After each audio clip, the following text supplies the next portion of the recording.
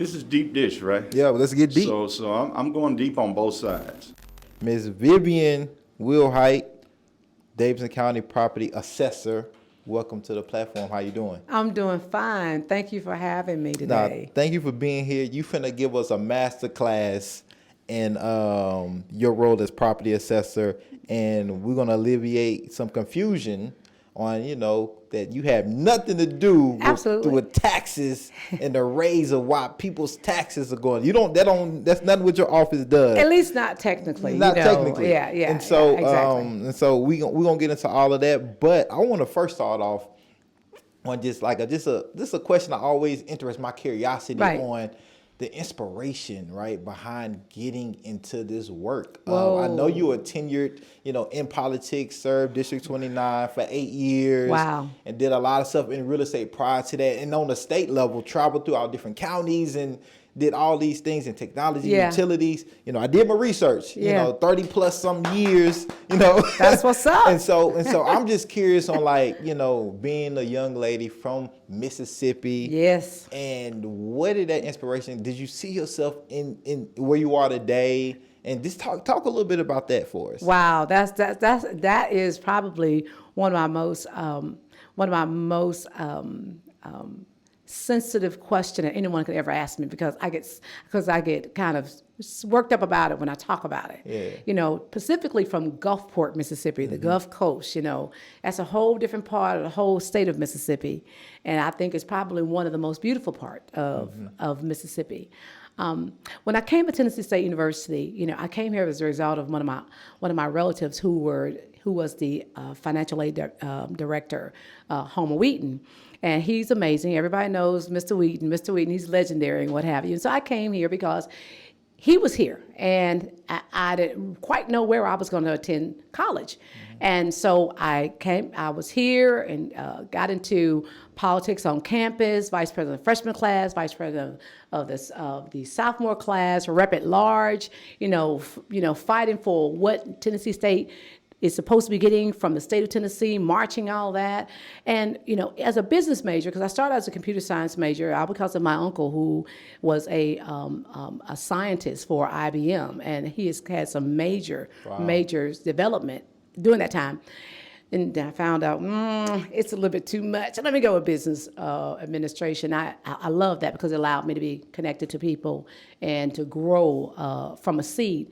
But nonetheless, got there in business administration marketing and took a class in real estate appraisal. Bam. Now, I was already also had the blessing of being able to work at the housing urban development while I was in school.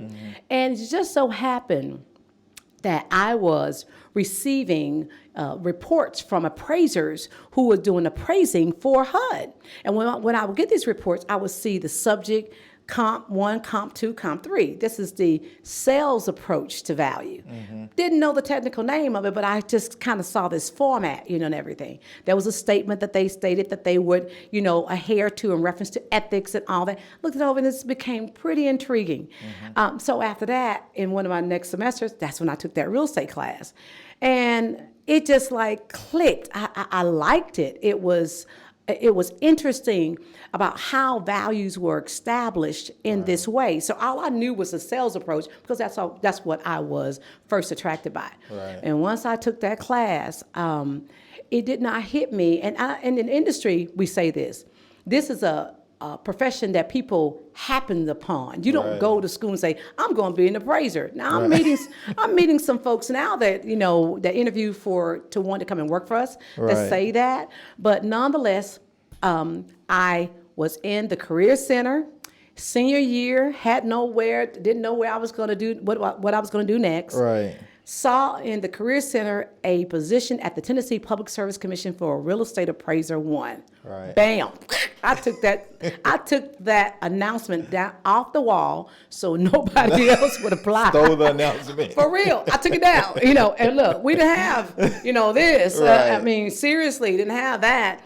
So you weren't going to find on the internet. You weren't going to find a newspaper because nobody was reading no newspaper, So after, so I really purposely went after the job. went to my mentor's Easter egg hunt, Senator Thelma Harper's Easter egg hunt, with the intent to talk to her about the job because it was a state job. Right. And met Mayor Beer Boner. He was leaving that Easter egg hunt with Julius Sloss, who was later a council person and now worked for Metro government as well, and told them I was interested in his job. And Bill Boner said, well, Julius, he said, well, hey, Mayor, I know someone over there, Steve Hewlett, and he's a good friend of ours. Oh, we'll write a reference letter. I said, thank you so much. So they did that, and I went to the interview, and I was hired on the spot. Wow. And the rest is history. Now, what's so interesting about being a real estate appraiser for the Public Service Commission, making this 360-degree journey back to where I am today, for the state of Tennessee, the Tennessee Public Service Commission appraises the properties for the ad valorem, for ad valorem purposes, tax purposes now, Right. for the competitive telephone, electric, and railroad, and utilities. Right. So I was an appraiser for the railroad, railroad properties. Right. I was appraising AT&T properties. Right. But they gave me the responsibility of cell towers. Right. I was appraising properties owned by for-profit, the gas company, the water company. Right. So I was doing then Right. what I'm in charge of doing now. Right. Isn't that crazy? That's amazing. That's amazing. That's just crazy. But that lets me know and voters, right? Yeah, that yeah. you was prepared, right? You didn't. God prepared. It wasn't a learning curve Yeah. that you had to come in when you came into this seat. It wasn't a learning curve that you had to really Not as catch up. large. Yeah, not as large, not as as large. significant. When, Yeah. like, it's the Yeah. organizational structure, Yeah. new place, new office. Absolutely. Yeah, there's always something to learn. Absolutely. As far as understanding, assessing. Absolutely. You understood that already. Absolutely. And you already had the skills. So that's amazing. Isn't that crazy? That is crazy. It's just so great, and it almost gives me goosebumps, Now. when I think about it. So that's how I got here in a nutshell. So many little small Right. blessings of stories along Right. that way. Right, for but sure. it was God's plan. And so Yeah. now, being the property assessor of Yeah. Davidson County, I don't think many people really actually know kind of what that means, what your job entail. They just hear property, and a lot of times, a lot of people say, "Okay, well, how much is my property value?" Yeah. And then they associate that with how much property tax That's I'm right. going to pay, and that's probably as far as it go until until an appraisal happens, which is every 4 years. That's here. right. Right, many people probably aren't too worried or concerned. Regular everyday homeowners. That's right. It just kind of And business owners. and business owners. That's right? right. They just when it comes, Yeah. then I'll address it. Right. Yeah, that's right. So can you give us a breakdown, right, Yeah. of your role and the impact and the significance that it plays on the residents here in Nashville? Okay. Well, first of all, as the assessor of property and my amazing staff, we're responsible for identifying, listing, classifying, appraising residential and commercial property and personalty for ad valorem tax purposes, meaning for tax purposes added value, ad valorem. So we're responsible for doing that work now for 274 parcels in Davidson County. Wow. When I took the position, when I was elected to the position in 2016, we had approximately about 250,000 parcels. So look at the divide, 240,000 parcels. Right. So look at the number of parcels we've grown by Right. from 2016 to 2022. Right. That's just freaking amazing, That's okay? crazy. Yeah, I mean, it's like leaps and bounds. You can Right. actually give that type of description to it. And so with my amazing staff, we go out to, when we get information from the permit office where people say, I am going to build a house over here, or 200 apartments, or a Starbucks, or anything, okay? Matter of fact, we get permits and somebody's going to put up a fence, all right? But we go out and check those permits and look at the progression that the property owner is making in building what they paid the money and said that they're going to build. And we continuously look at that property until it's completed. Okay. Now, for existing property, of course, we are constantly going to see if they're going to be making improvements. So if you say, hey, I'm going to add like 1,800 square feet to my home, or 500 or 600 square feet to my home, we go out and check the progression of that work. Okay. Because you are now adding value to your home. Right. All right. So we're responsible for identifying, listing, classifying, and appraising taxable property. That's a key word, Right. because the properties are not taxable. It's like the courthouse or the certain schools, public Okay. schools. Okay. Those are not taxable because those are facilities that are owned by the government. Okay. I mean, why would you tax the people and then tax yourself? So, That doesn't work. It doesn't make any sense, right? Because you're trying to bring in Right, a revenue. right. So that's our responsibility. How does it impact Nashville? In a very huge way. One of the most largest income stream of any city or town is the payment of taxes. Okay. And it starts with a value. okay. It's in the law that says how much you're going to pay Right. in taxes on that total value. Okay. The law have those type of parameters. So in the law, Right. if your home is $100,000 valued by my office, the law says you'll pay on 25% of that. That's Okay. $25,000. Okay. If you're a business and we have you valued at $100,000, Okay. the law says you'll pay on 40% of that. Right. That's $40,000. And then, of course, if it's personalty, like tables, chairs, computers, the law says you'll pay on 30% of that value if we have your personalties value at $100,000.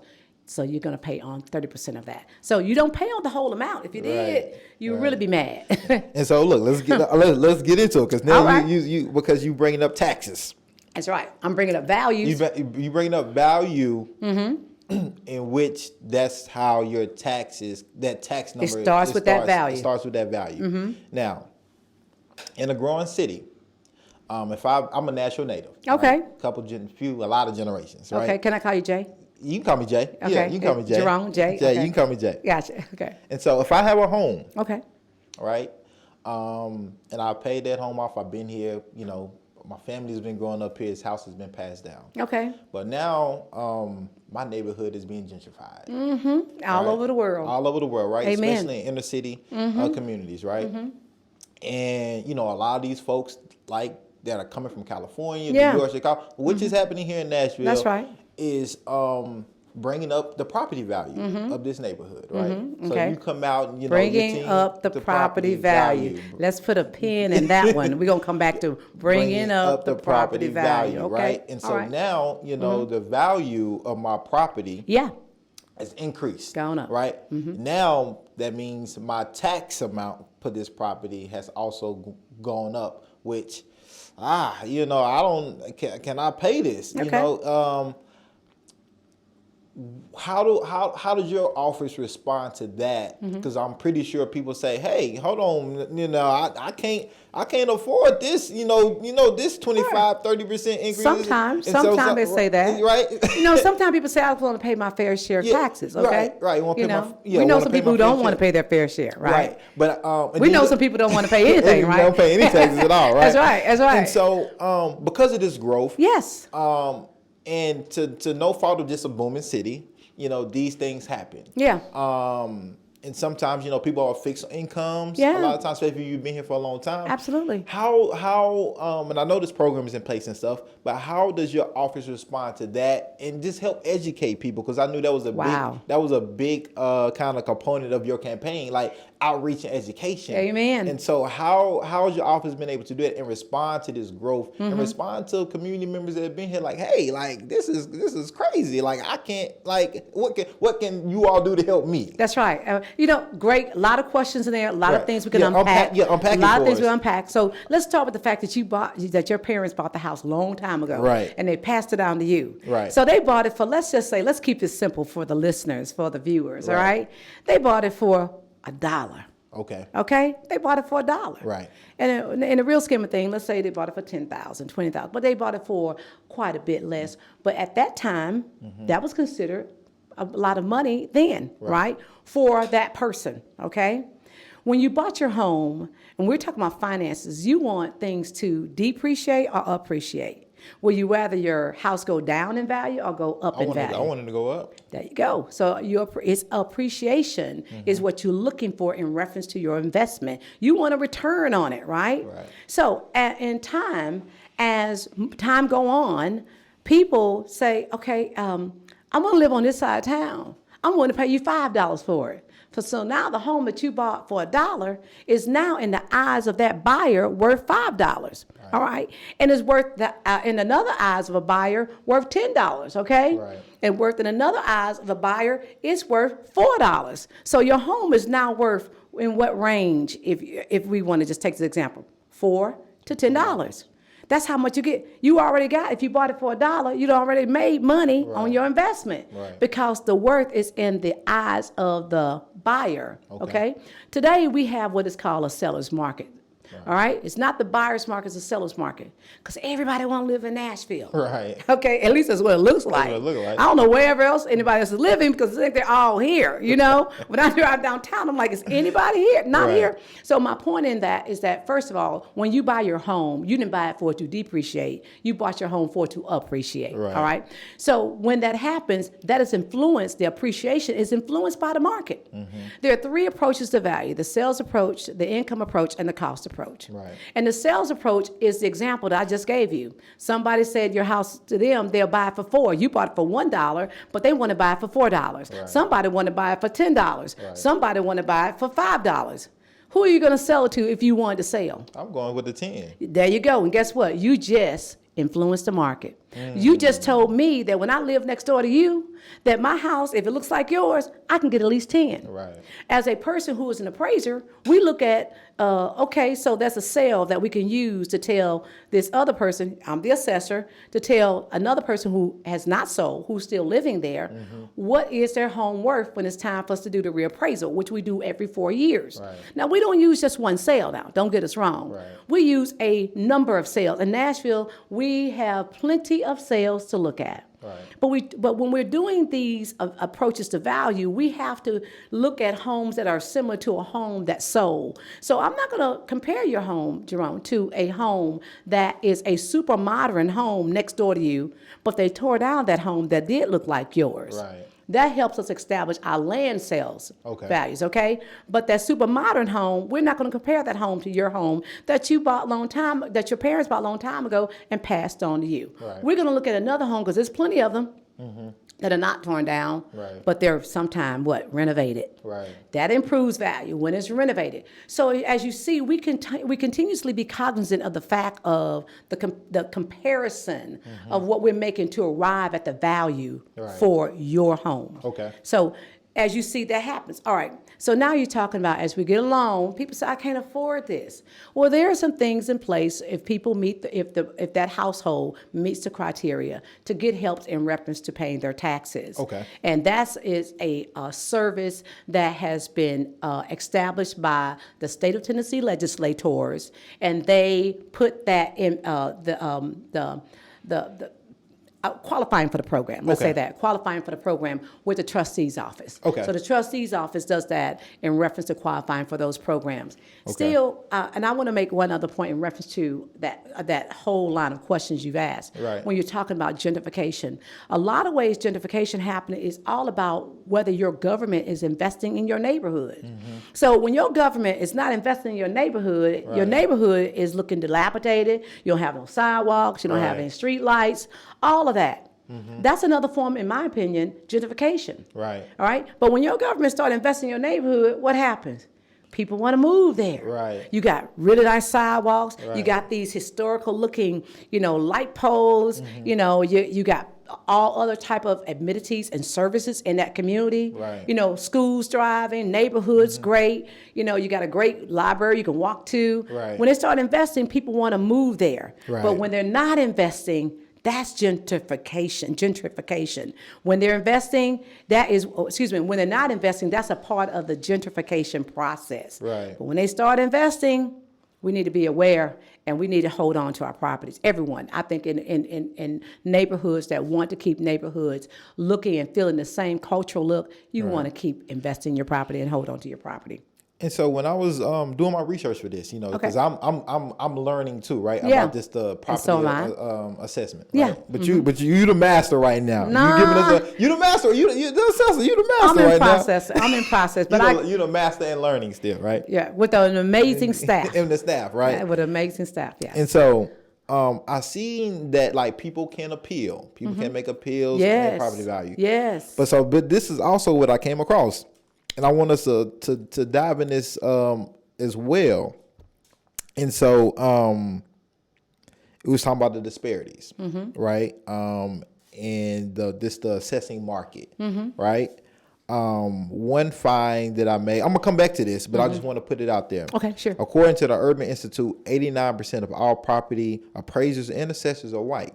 Only 2% are black and 5% are Hispanic. So I just want the people to sit out there with that. Yeah. Because again, historically, Miss Vivian is the first African American person of any gender to sit in this role. Correct. And voted by Nashville citizens. And I think that is a Tennessee stat too, as well. Right. Okay. It can almost apply nationally. Yeah, in a I sense. think this is from the Urban Institute. This is a national Okay. take, nationwide take. But so what I want to hit on immediately is that when it comes to appeals, one of the reasons they said for the disparity is minority homeowners are less likely to appeal their assessment and less likely to win them when they do. Okay. And so how does, when it comes to, because appraisals can be given, especially in homeowners, by banks and things like that. Right. Some people even say this, the discrimination of home appraisals, modern day redlining. Okay. All right. How does, and this is twofold, because Okay. one is this is a part of who you are as a black person. Absolutely. Right? It affects you, it affects our culture. Absolutely. Right? But also you're in a position that you understand how this works. How does your office impact this? And also how does your blackness play a role in this and kind of the fair equity that you try to create here in Nashville? Well, that a lot of stuff. Yeah, there. that's why I love this. I want to focus on the appeals, Okay. and then kind of go back to the lack of representation in the appraisal assessor profession. All of information that I have discussed with my upper staff. We've talked about this. We kind of family like when it comes to my upper staff. With Randy Ward, who is the Chief Deputy of Operation. We have Christy Scott, who is Chief Deputy of Administration, sister and attorney. We have Brad Pigg, who's Chief Deputy of IT, because data, like you're just speaking of, he doesn't retain that type of data, but data in reference to appeals and how many successful, how many not successful. We maintain all the information and everything we've done over history. And then we have Tammy Williams, who is a chief deputy of the executive office, where I'm at to help keep me on time for things like this. Shout out to Miss Williams. And so many other things, absolutely. So, the questions you just asked, going back to that first thing when you talked about when I ran for office, and I talked about doing doing outreach. Since I took office in 2016, we have done more than 200 outreach presentations. Wow. And we don't care if there are 2, 1, or a gazillion people in the room. Many times we create also the outreach, such as me reaching, you saying, come to the show. I'm saying, yeah, I want to be there. And we really proactively say, yeah, we there. Right. We want to be there as soon as possible, because it's all about educating and informing consumers so they can make the right decision. So when you look at me as African-American, the first African-American woman, all right, yes, of course, I am African-American. But one of the things of this profession that I try to make sure we are doing, and so does my staff, is to be fair. Right. Being fair is not supposed to have a color. Right. Being fair is just biblical. It's just what we are supposed to do. We got to be our brother's keepers, right? So when we're pursuing a value, whether it be a value for the sales approach, income approach, and the cost approach, we're just talking about being fair. But now we're human. And we can make mistakes. And that is where the appeals process plays a great role. That's one of the reasons why we constantly are proactive and really pushing to let people know you can appeal your value. Why?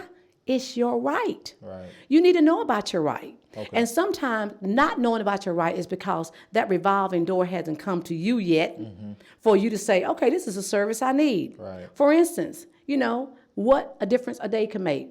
Life could have been hard. Wait, life was hard for 1 million Americans just these past 2 years because of this pandemic. Right. All right? And if you really believe that your value shouldn't be the value that it is, because it's been a pandemic. My value can't be this much. But unfortunately, Nashville never stopped growing, even through the pandemic. You can ask Lowe's that. You can ask Home Depot that, and look at the building around you. So my point is that appealing that value and getting out on a radio, whether it be 92Q, whether it be a conservative radio station, 99.7. Right. We want everybody to know you can appeal your value, because that is an opportunity for us to really talk with the property owner, to let them know how we did our work. We don't have nothing to hide. You know what I mean? So they can bring to us information that we might not know. Now, I do want to add something else. Yep. As an appraiser of property, and you were talking to 2%, where there's only 2 African-American assessor of properties in the state of Tennessee, Shelby County and Nashville, all right? I'm the 3rd African-American in the state of Tennessee. Wow. Shelby County had the 1st and the 2nd. I'm the 3rd, and now the 4th was elected after me, which was in Shelby County. So there's only 2. But what I'm saying in reference to trying to bring about fairness, that is an organizational mission, because at the end of the day, the property owned by residential and commercial owners, we have commercial owners that said our value is too high. And we've had commercials owner and residential owners say we want it higher. Why? Because they want to sell it for a certain amount. But we tell people, don't look at our value for sellability. That's when you need to do a fee appraisal. Mass appraisals when you look at a large group of properties at one time in sets by neighborhood, and fee appraisals when you're going to the bank, and the bank hires an appraiser to appraise your home, just specifically your home, because you're trying to do a refinance. You're trying to take money out of your home because you've built equity, that type of thing. So those are 2 different things. And so 2 different type of appraisals. And so do your staff and does your team in the office, do you all do you all measure for any disparities that could be there at this particular moment? So going to the disparity when as a mass appraiser. And let me purpose it this way. Okay. Let me purpose it this way. Sure. Just to set it up in context, because we know white tax assessors place a heavier tax burden on Black residents intentionally overhauling their property in the Jim Crow area. Okay. And this property was used, this property tax. I know you don't do taxes, but I do taxes, but I do the appraisal. I do the appraisal. Because the equation, in order to arrive at a tax payment, you have to appraisal. start with a value. Yeah. And so in these taxes was to punish homeowners and churches that boycott white businesses and host civil rights meetings. Well, that happened. That did happen. And so systemically, right, this took away a lot of generational wealth from people of color. Absolutely. And that's why I wonder. We can't go back and change it, but we can say, okay, now we know that happened. We can measure for it and making sure that we remain fair and equitable in our modern day. Yeah. And so that's why I'm curious if the office collects that data and is continuing trying to make sure that things are fair and equitable. And if it's not, what is happening? Yeah. Well, first of all, collecting the data in reference to saying this person was Black, they came to appeal. Right. What did we do? Right. This person was white. They came to appeal. What did we do? We do not collect that data right now. Okay? All right. That's the first thing. Okay. But beginning from that, when the mindset, when you're walking in for, depending on which level of appeal you're doing. Right now, we just completed the informal review. That's the first opportunity to appeal your value. Okay. All right?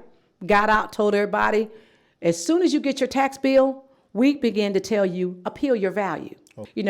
After that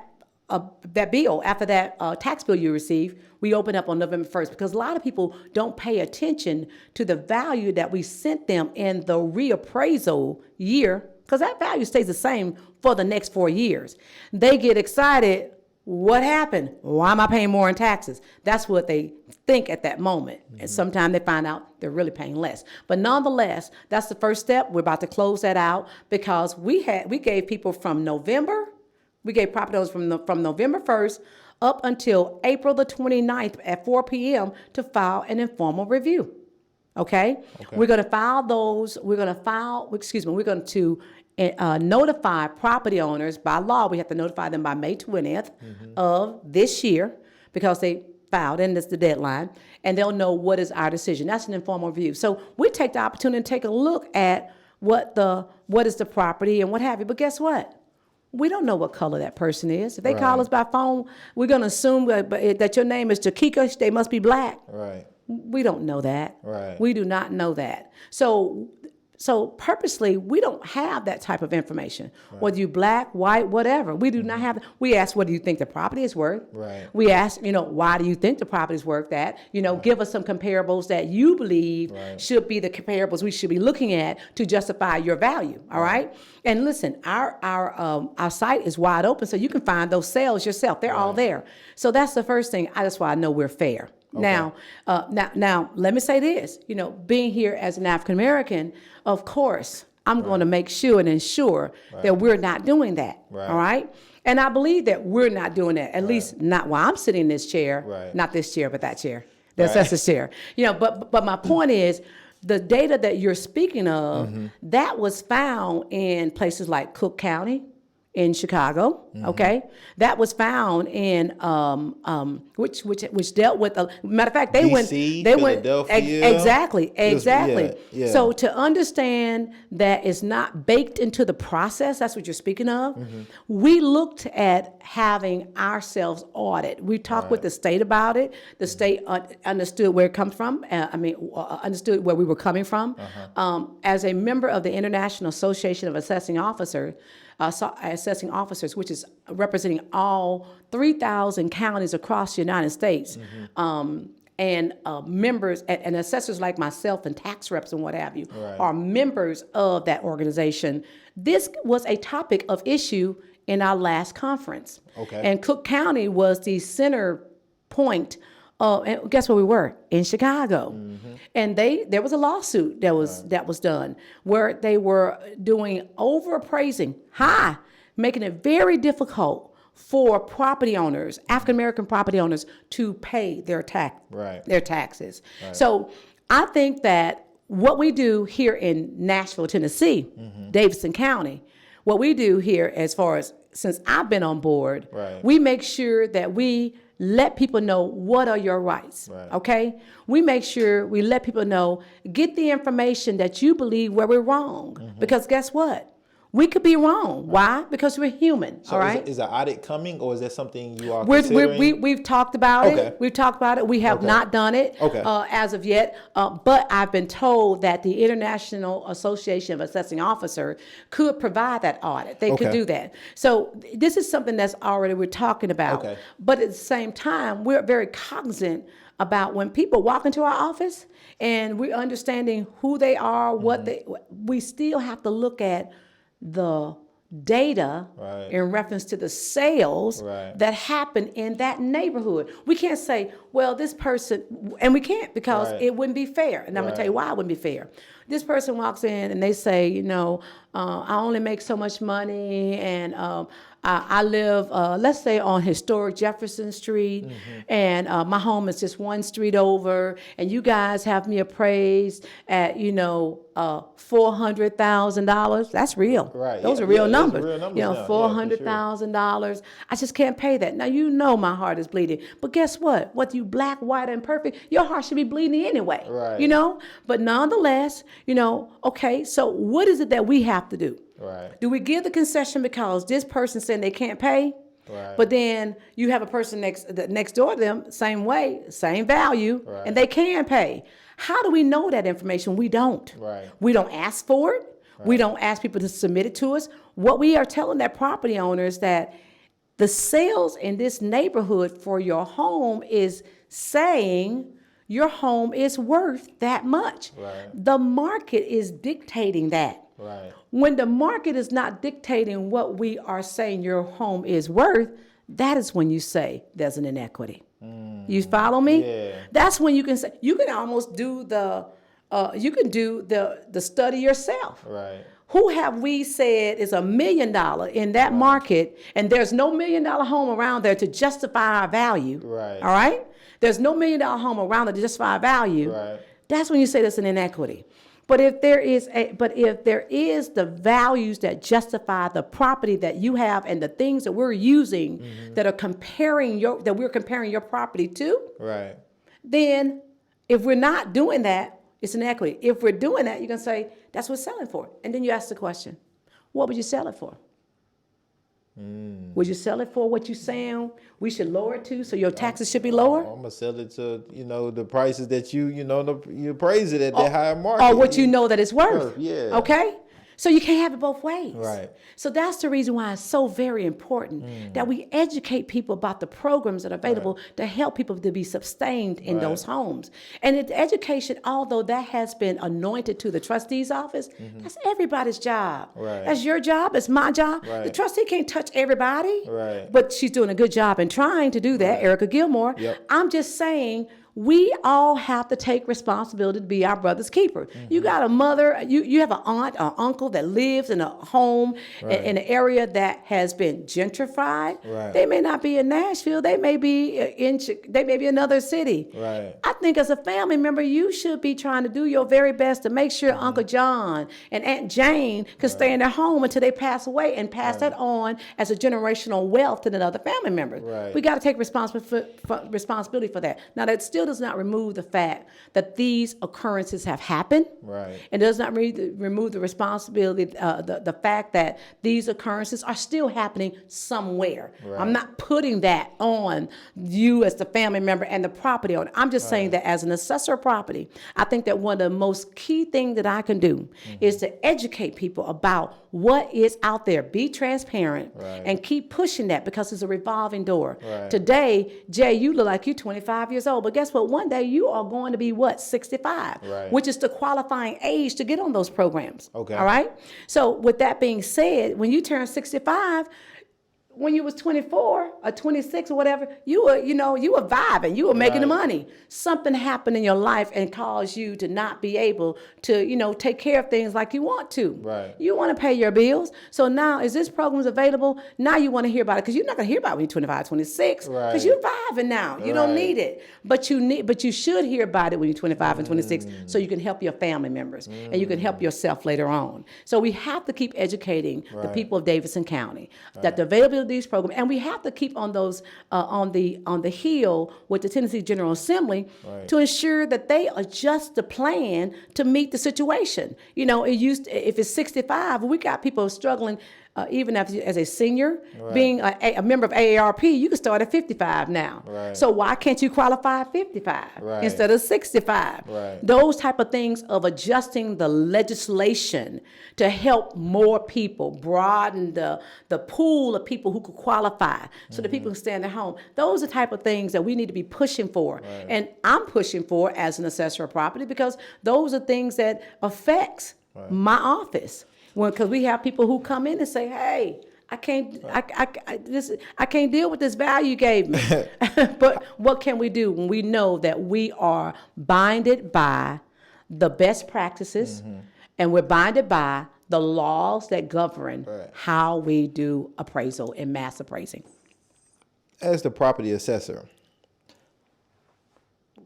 every 4 years, you all assess property Right. here in Davidson County. That's the law. That's the law. You could do 5 years. You can do 6 years. Some counties are different. Yeah, Okay. Just some counties are different. Okay. And also we're looking at, the possibility of how we can go to every 2 years. Okay. Now that sounds crazy when you're talking about you getting a new value. Right. But it's really not that crazy. Matter of fact, it's almost beneficial for property owners. So I wanna talk about you all's relationship to banks. Oh wow. Okay. Now, the last property assessment is 2021, right? A year ago, right? That's right. And so, And when is the next one? Come on, 4 come on, years. come on. So Come on. 2025. There you go. You passed your math class. And so That's right. 2025. Right after I'm elected, 2024, right? Yep, exactly. Precisely. And so, let's say I want to sell my house between those 4 years. Okay. Right? And they come and assess. I love your questions. The bank come and appraise my home, right? Okay. Yeah. And the appraisal is less than maybe I feel it is, right? And I might even feel like, I know there's data out there that if I didn't have my black photos in here, I my saw that, family, yeah. or maybe if I just, Yeah. maybe, and so let me get another appraisal. Yeah. And let me have one of my white friends appears and take down some pictures. Yeah. Right? Yeah. And then let's start with the dollar, right? Yeah. Go back to the dollar. Uh-huh. One appraisal come and say, hey, your house is worth $1. Uh-huh. Right? The first one. The first one. When he knew that there was a black person that lived there. And then the second appraiser comes and says, okay, it's white. Oh, okay, your worth is $10, right? Now, how are they justifying the appraisal that they're getting versus the appraisal that your office is getting? I know the story, and that's, in my opinion, that's just straight up racial bias. I mean, that's straight up discrimination with what happened there. Now, to answer your question, but to answer your question, as I told you earlier, we do mass appraisal. Okay. We give you a market value, the market value at that time, in our opinion, because an appraisal is an opinion. Okay. As of the year of the reappraisal, 1/1/2021. Okay. All right. Go on down the road. All right. Let's go a year later. Let's go to now. Yeah. Let's go to now. That value we gave you, let's just say, in general. All right. Right now, do you think the value we gave you in 1/1/2021 compare that value to what you think the value should be in 2022? Do you think that value went up or went down? Went up. Most likely. Most likely. Okay. All because of what we see visually, what's going on in the market. It could stay the same. Right. So my point of saying is that conditions of the market is very important. That's why a fee appraiser must do it, which is what you described. Right. You just described the work of a fee appraiser. Okay. We're mass appraisers. We're doing 274,000 parcels, looking at 850 neighborhoods across Davidson County that we've identified. This is a neighborhood, this is a neighborhood, that's 850. We have more than 850. Right. But my point is, those are two different type of appraisals. Now the fee appraiser is going to tell you the current market value right now on the day that you asked for it during that period. We gave you a value a year ago. Okay. That value stays the same for the next 4 years because it is for tax purposes. Got it. It's for tax purposes. Gotcha. That's what we tell people, but we know there's some people out there who have used our values to approach someone elderly who have no idea and say the tax assessor the property assessor property, because I'm not the tax assessor. Right. They have you downtown at this amount. Now they're talking to them on this day as we're speaking. Right. And you just said most likely that property has appreciated from a year ago. Right. Now that is some sneaky stuff, isn't it? Right. But that has happened. I've heard the story. I tell people, do not use our value unless it's in the reappraisal year. Right. And even then, you still should get a fee appraisal because market is very fluid. Of course, an appraisal is good for about 6 months to a year, but we're not giving you a fee appraisal. We're giving you a market value. Right. So my point in what the example that you brought up, what happens? What should we do? Right. What should we do as the assessors? First of all, that's two different type of appraisal. Okay.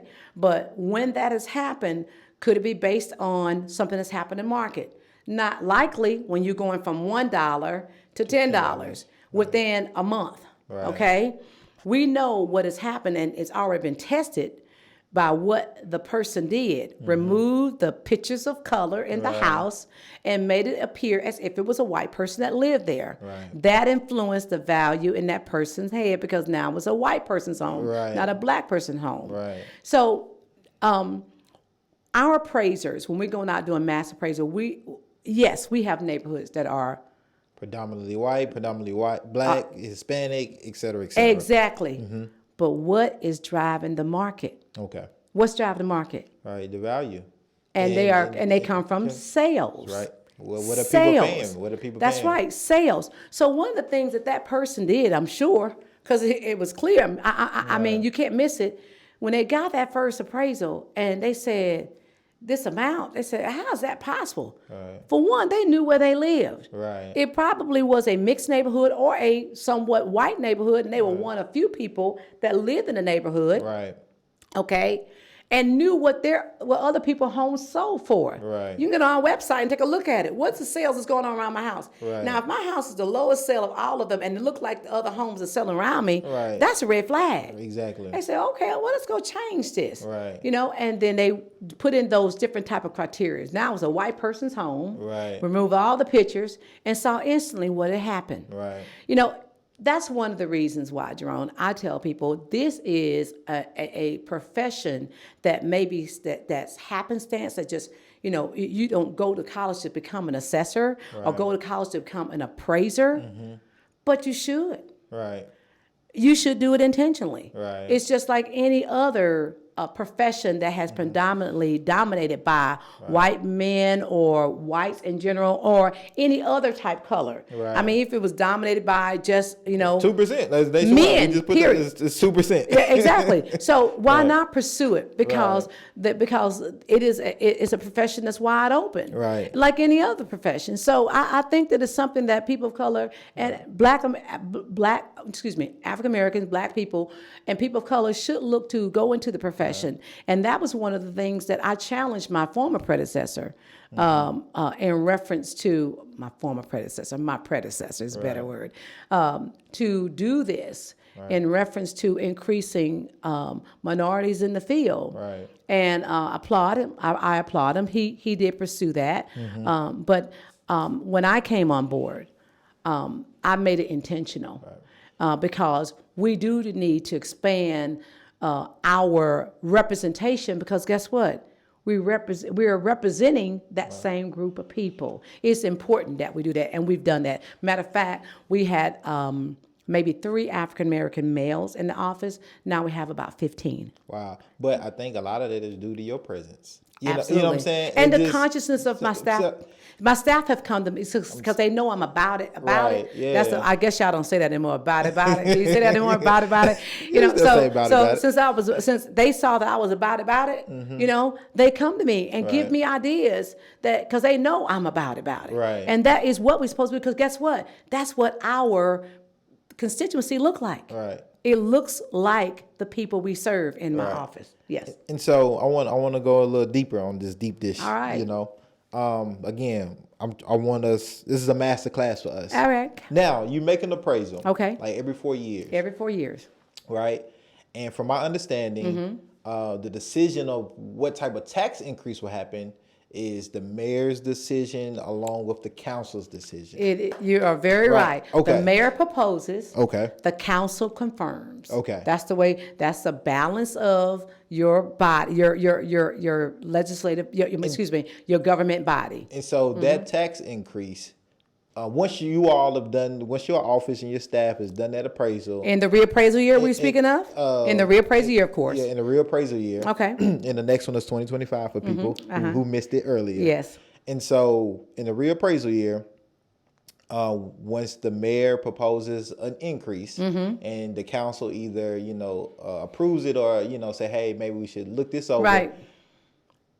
What type of say-so does your office have on, or if any, on that increase? 0. Okay.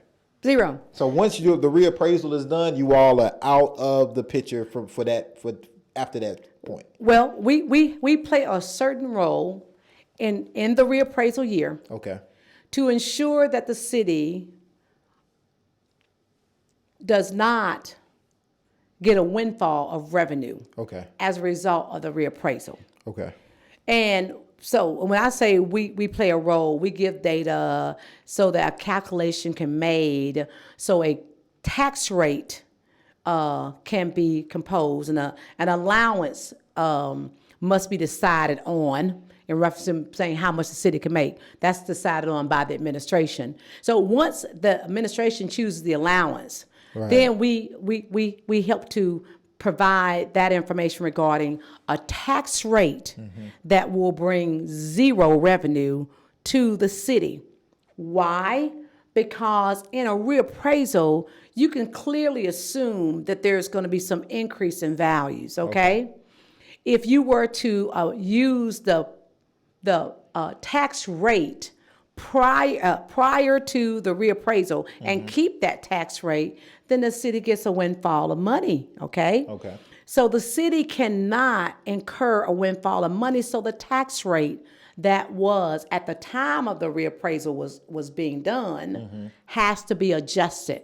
Okay. And usually that seems like it's downward because if some values are going to go up, you got to balance it out with the tax rate to ensure that there's no extra money coming in. Right. That's called a windfall. Okay. The law protects the city from that, protects the property owners from that. So the tax rate in 2021 was kept the same when the zero tax rate, called a certified tax rate, was provided. It was 3.155. Okay. It's the third lowest tax rate in Davidson County's history. The tax rate went down prior to the reappraisal, let's say December 31st, 2020. The tax rate was 4.593. 4.593 per $100, okay? Right. When the reappraisal was done, everything was in place. This is the data, what was the increase on some property, blah, blah, blah. Administration chooses their allowance that they want to go with. Then the tax rate is approved by the state of what they think it would be to be zero revenue from the existing properties. Okay. So it went to 3.155. The tax rate went down.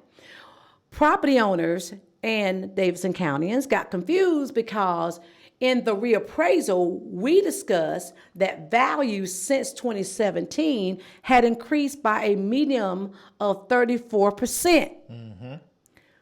So prior year, when the tax rate went up to 4.593, it went from 3.155 to 4.593. That was a 34% increase. So they were confusing the prior year tax rate that went up. They kept that conversation going into the reappraisal year, still talking about that 34% 34% increase in the tax rate from 3.155 to 4.953, and they kept that conversation going. So when we did the reappraisal, it just so happened the reappraisal increase of value, medium increase, was 34%. So people were still thinking about that 34%, when in fact the tax rate went down to the third lowest tax rate in Davidson County history.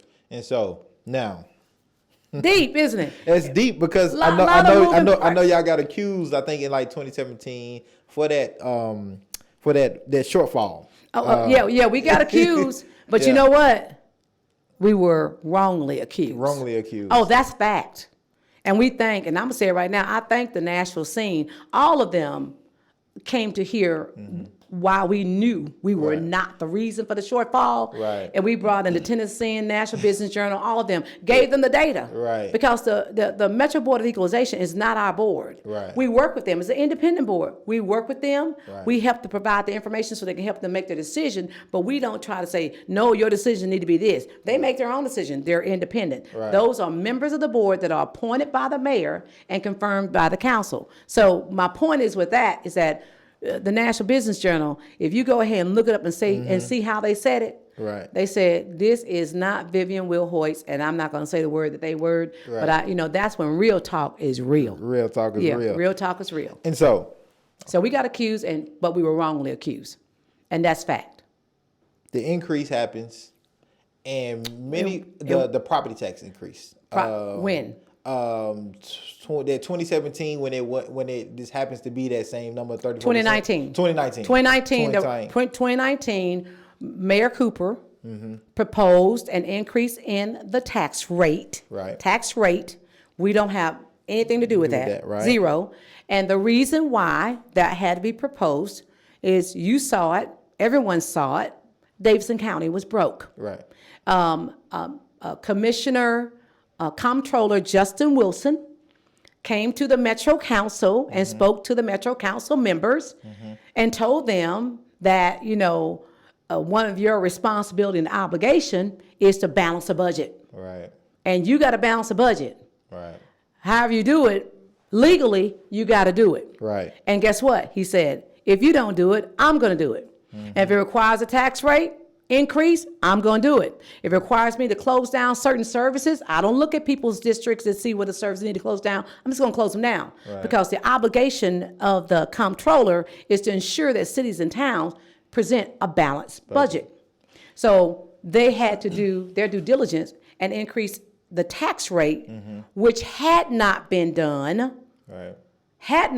since 2012. Wow. Since 2012.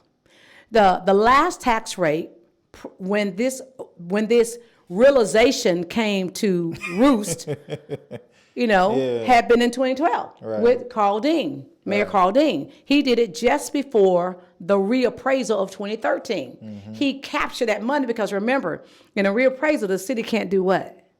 Can't generate revenue. They can't generate as a result of the reappraisal. You do Right. get some new revenue, but the Right. revenue comes from the new construction and Right. if I've expanded my home, Right. so that's a prorate roll, that Right. type of thing. So you can't generate revenue. So a tax rate increase had not happened since 2012 when Mayor Megan Barry was in office. She chose to take that revenue neutral tax rate and kept it the same. It was 3.155. She did not propose an increase to the Metro Council, so it stayed the same. She said she wanted to keep it at 3.155. Metro Council agreed with her and kept it at 3.155. And that's what it stayed all the way Until 2019. until 2019 when it was said that we were broke. How does your office play a part when it comes to assessing property with these new Oracles and Amazons and all of that come into play? We play a large role because guess what? Our responsibility is to identify, list, classify, and appraise taxable real property, Right. residential, commercial, personality. Right. That's our response. So we have to identify, that's new property. We have to go out there and identify it. As I told you, when they pull a permit and say, we're going to build over here, Right. we are constantly monitoring and inspecting to see how they're coming along. Right. If they get, halfway built, we begin to pick up some value because guess Right. what? Land is not free. Right. Okay? Exactly. Land has a value, okay? Right. Materials you're using has a value. So there's something we are valuing at that time. And then it's completed, it comes on board, it's on our tax roll as completed. So we play a major role, and it's going to be quite busy in Nashville as it is right now with the developments that's going on as we speak. And that's one of the reasons why we've asked for increase in positions in our office so that we can be ready and prepared and do an amazing job I believe that we've done and provided as a product to the property owners of Davidson County. We got to be able to get those people trained, get those employees trained, and that diverse workforce trained to know what is going to be expected of them when they go out to these properties and ensure that we are doing our part. And that's kind of what I want to kind of tell out the conversation on, like the future, right? Yeah, Like wow. how? Because Nashville is not. If it didn't stop growing through a pandemic, it's not going to stop growing at all, right? And it didn't stop growing. I mean, when we did the reappraisal, we wanted to make sure that we got it right, Jerome. We really did. We sought after getting information from experts, from an expert in the industry, to ensure that we are valuing real property in a pandemic fairly. Okay. And we had a tornado. We had Had a flood. Hey, Mm-hmm. I have to say it. Mayor Cooper, he's been faced with a lot. Right. And through it all, looks like he's still standing, and we are, Right. and we're flourishing right now. And then with all of that going on, but my point is that when we reached out to the administration and asked them and say, hey, we want to make sure we get this right. We want to make sure there's no baked in processes as well. Right. We want to know where was the impact in reference to the pandemic. And this was a question being asked by all the assessors all across the United States. And matter of fact, once we were able to retain this professional, Peter Corpaz, the International Association of Assessing Officers asked us to do a presentation. I mean, he's like the guy when it comes to capitalization rates, when it comes to cost approach, things like cost approach and the income approach and what have you. So he came in and gave us an assessment in reference to Nashville. Where were the impacts? The impacts were not on retail. Right. It was not. Lowe's and Home Depot, people were filling those places up. Why? Because that hole in the wall that they've been meaning to fix. Right. They got time to fix now. Well, hey, let's just knock the whole wall down. You have time to improve. Right. That's what they did. But hotels suffered. And we looked in the different classifications of hotels where they suffered. We found that fast food restaurants, they didn't do too bad because guess what? Drive-throughs was doing great. Right. You got you're not coming in. It's a pandemic. So think about that. They were doing pretty good. So it was a really good parting out of the different classification, dissecting of the different classifications to help us to know where were the major impact. And people buying homes out the roof. As you know, the permits office stated that they had the highest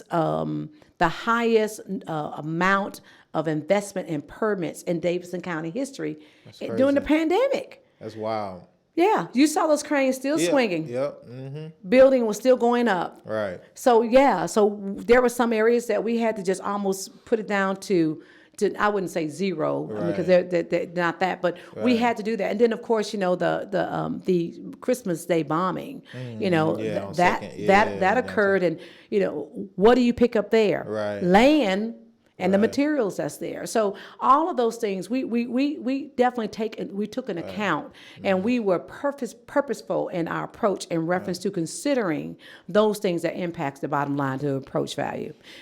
The work that we do impacts 59% of the city's budget. Wow. Yeah, that's huge. That is huge. That's huge. You start with a value, and then you take that value, and a percentage of that value is what you pay taxes on. Right.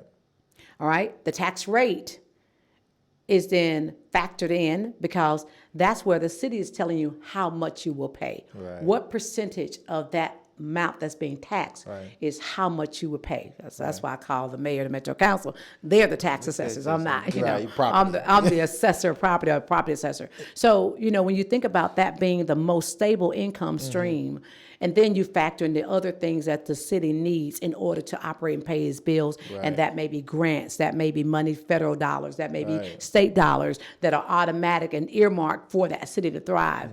But it starts when you think about when the most stable income stream is a tax payment. And so the last question I want to leave you with is, this growth at some point, right? It got to stop. What goes up must come down. What goes up must come down. Law of gravity. Like law of gravity, that's right. And so does your office project any of that out? Like, hey, well, history tells us once we have like a market like ours that just continues to grow and grow and grow, we're looking at the bubble has to bust. Yeah. And so do you all project that happening, or is it too far out to kind of tell, or do you all project any of that type of data because you all 59% of the city's budget, and property is property, and how people are buying or selling? We sometimes take a deep dish look, at how things are going by. We're looking at permits that are being taken out, and saying that this is not going to stop anytime soon. Right. But, the part about projections, you have to be very careful. Okay. And we're careful because we don't do projections, but knowing what direction we're going, we can project right now that is going to continue. It not up. Right. This growth is going to continue. Right. Why? Because we got Oracle, Oracle, West Nashville, South Nashville development that's coming up. We know what is coming on and coming into the fold. Right. The next 5, 7, so 10 years. That's the reason why we had to ask for more positions so we can prepare ourselves for the product that we have to provide to the city of Nashville Right. and to Davidson County, to the Davidson County residents. So if we had to project right now, we don't see it, slowing down drastically. We have already seen that it's not as much, but it's still real incredible when we look at what we're doing right now. Right. In 2017, the results of the reappraisal was that there was a medium increase of 37%. In 2021, there was a medium increase of 34%. Now, that's a reduction, but it's still wow type of numbers. Right. Especially in a pandemic. And we went through a pandemic, yeah. a flood, a tornado, Right. a Christmas Day bombing. Just crisis. And the pandemic is not over. Right, exactly. Okay? And we still did pretty damn good in reference to growth. So, yes, we sit around, we kick around, and we give our thoughts in reference to, what does the future hold? We have to, because we have to know what to ask for in our budget. Right. But the budget is year to year. But we also know what is very clear. Right. The difference a day could make. Right. All types of scenarios could happen. Right. We got what's going on in Ukraine. Right. We got what's going on in right now, just recently in Buffalo. Right. How all of those type of life occurrences impact the economy is real. Right. Nationally, locally, it's real. And so we're careful in reference to projections overall and speaking about it. But if I had to say in reference to where we're going right now with the things that Nashville is about to unpack and unfold, we're steady ticking upward. I want to give you an opportunity, if there's anything that we didn't cover, that you just, that you think the listeners and viewers should know about just your role, the city, assessing property, and then of course giving people your information to reach out to in your office if they, or just outreach information, or if they need even a deeper dive into the things that we went into. Like, again, it was a master class, but I want to leave you with those last words. Okay. Well, I want property owners to know that we want to hear from them. And that could be at any time. It don't have to be in a reappraisal. It's just to get their heads wrapped around how does this work. Whether I see you in the grocery store, I see you at the gym, I need to go to the gym. Or just, on the street, we're just talking, I'm going to take the opportunity to do what I can to inform them at that moment. Because it's all about meeting people where they are. Right. You don't say, oh, give me a call on Monday, or let me give you a call on Wednesday. No. I think at that moment is when, like everybody else, we're busy. That person has the time to hear what you got to say. Right. So take advantage of it. Right. And I wouldn't say take advantage of it, impact it. Right. So when it comes to your property value, check it. See what we're saying in reference to it. But know that it stays the same for the next 4 years until the next reappraisal. Now, there's two things that can impact it to change it. One, if you were to improve your property between one reappraisal time to another, like add some space, put down some hardwood floor, double jacuzzi, building 2 floors, stuff like that. Just truly improving and making it ultra modern. We'll see those permits, and that would increase your value. Okay, and we'll pick that up. And God forbid, another way your value could be increased is in reference to a storm. A tornado, a flood that has caused your property to not be habitable by a certain time of year, or your business to not be operative by a certain time of year. We're going to also do our due diligence to adjust that value if it's not done by a certain time of year. So knowing that they can not think that this is too cumbersome for them to understand, that's not true. It should not be. One of the biggest purchases that you'll make in your life will probably buying your home or buying your business, starting that business and owning that business, the location where it is. And if your car, I say this in my presentation, If your car worth more than your home, then you may have your priorities mixed up a little bit, you know. But my point is that you want to take care of what is going to bring about your generational wealth, and what is going to be your biggest asset, because you'll be utilizing that to maybe use money to send your child to college, or buy a car, or to meet some type of some unexpected expense that's come about. You want to protect that. So the value is very important. Give us a call. And in the reappraisal year, don't be afraid to appeal your value. It's easy. Right. And we tell people it's easy to do. And it's not personal. We don't take it personal. It's not my house, it's your house. Right. We're just meeting our responsibility and trying to do it fairly, and to provide an equitable product, an equitable value to you that we are required to do. So you can reach us by giving us a call at 615-862-6080. You know, that's one of the ways of contacting us, but you can if you want to write a letter, I mean, go ahead, it's snail mail, but you know, our address is 700, I've got my address, 700 2nd Avenue South, Suite 210. Okay. We're there. We are open. We had our doors closed, but we were locked. But you could always come to the door. You come in, and we help you out. But we are open always, 8 to 4:30, Monday through Friday. And emailing me any questions you may have at Vivian.Wilhoite. That's spelled Wilhoite. Vivian.Wilhoite at Nashville.gov. Or you can send it in a general email to assessorweb@nashville.gov, and ask your question. If it's something that I think we need to jump on the phone, it's too long to write out, ask your question. I'm going to pick up the phone and call you. Don't be shocked that I'm going to email you at 3 o'clock in the morning, or if I email you at 12 o'clock at night after I finish turning up, why not? I just want to make sure you get the information. We have an amazing website at www.padctn.org. That's www.padctn.org. That gives you a wealth of information regarding some of the things we talked about today. Tax rates. It connects you to the site where you can go and learn about the tax freeze, relief, and deferral program that is operated by the trustee's office to help as a way to be able to get help to pay your tax bill. And of course, other organizations like the Housing Fund, as well as the Metro Social Services. They have a tax assistant program. Okay.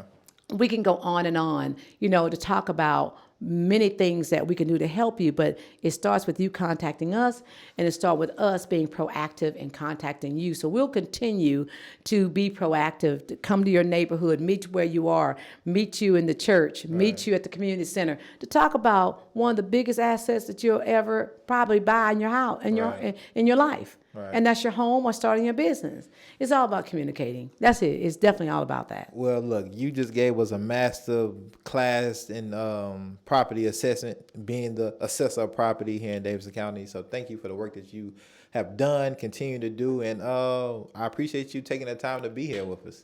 Hey, I appreciate you asking me to be here. It was a pleasure and it was an honor. All right, and we gotta have you back, because this is like assessing property is something that doesn't never stop. Yeah, that's right. And that continued education, I want to do what I can to continue to educate Nashville, and so we gotta stay in contact and hope to see you here soon. Yeah, hey, it's a deep dish conversation we gotta have. It is, and I love deep that. issues. All right, then. See you later. Thank you. Take care.